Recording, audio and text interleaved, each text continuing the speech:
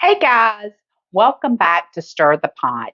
Today we're going to be making spiced oatmeal raisin cookies. Please give us a thumbs up, subscribe to help us with our YouTube algorithms. So we're going to start with 1.5 cups of flour. To this, we're going to put 1 teaspoon of baking powder and 1 teaspoon of cornstarch. We'll do 1 teaspoon of baking powder, 3/4 teaspoon of salt,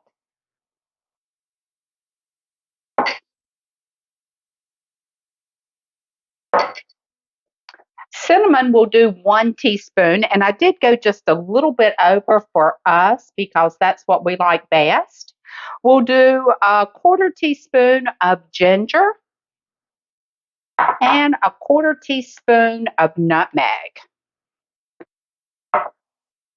These warm spices are wonderful this time of the year. The cookie is good all year round, but I think they're especially delicious this time of the year. So we're just going to mix all of that in just to incorporate it in your flour good. It smells so good. We have 2 sticks of softened butter, and we're going to whip that up. And to that, we're going to add 2 eggs. And you could add these one at a time if you want to.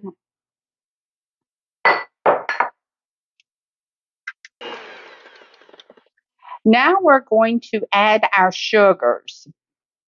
So we have 1 cup of brown sugar and 1/3 cup white sugar. And we're going to add that in. That was hard for me to say. It didn't even come out. Now we're going to whip this together and we're going to kind of cream it.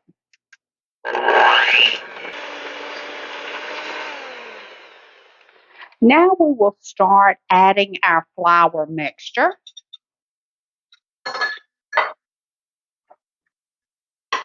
And I will add this a little bit at a time. So I'm going to add about half of it.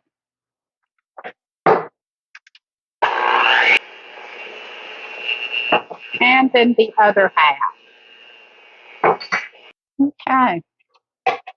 Now with my cookies, I do not like to mix it a lot. I don't want my cookies to be tough.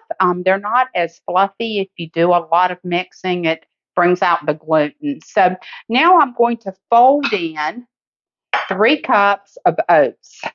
And these are not the quick oats.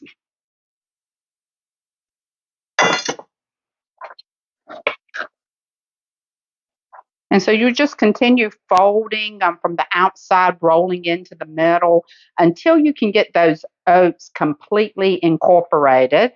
And now, lastly, we will add 1.5 cups of raisins.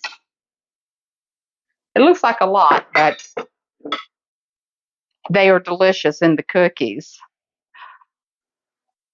Any less wouldn't be enough. You just continue to fold till you've got it mixed up completely through your dough so you don't have cookies with no raisins in them.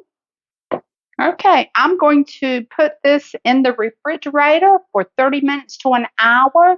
The butter was really soft when we started making these cookies, and I'm afraid if I don't, our cookies will go flat when we bake them, and we don't want that. We want a fluffy, chewy cookie. So this is going in the fridge for 30 minutes to an hour, and then we'll come back and finish up the recipe. Okay, our cookies have been in the refrigerator. I left them in about 45 minutes. And we're going to be using a cookie scoop. You can use a tablespoon if you would like and just push them off onto your tray. We're also using our cookie sheet that is lined with parchment paper. You can use a silicone mat if you would like, or you can just butter the pan and use that.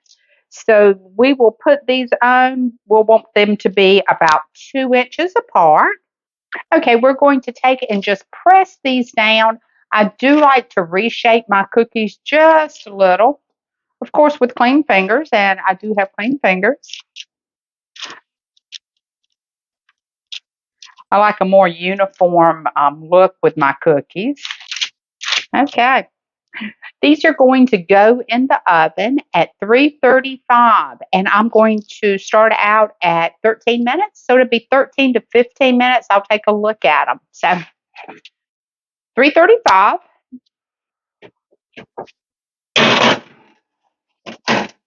We're putting them on the middle rack.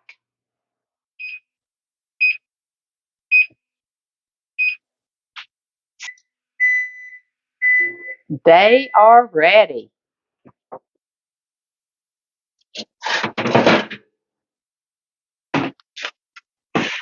So we will put these over on the counter, let them rest for about 5 minutes, and then we're going to move them to the rack.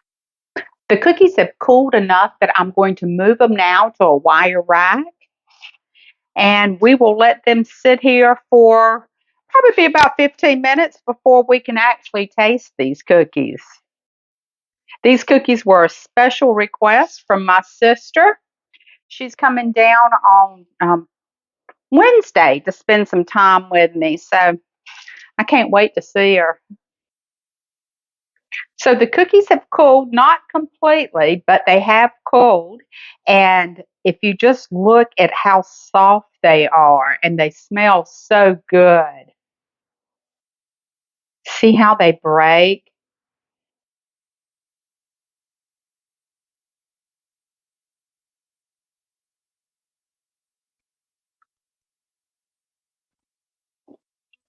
Mmm. Crispy around the outside, soft in the middle. These are delicious. Please try the recipe. Let me know how you guys like it. Give us a thumbs up. The recipe will be down in the description, and subscribe. And until next time, stir the pot.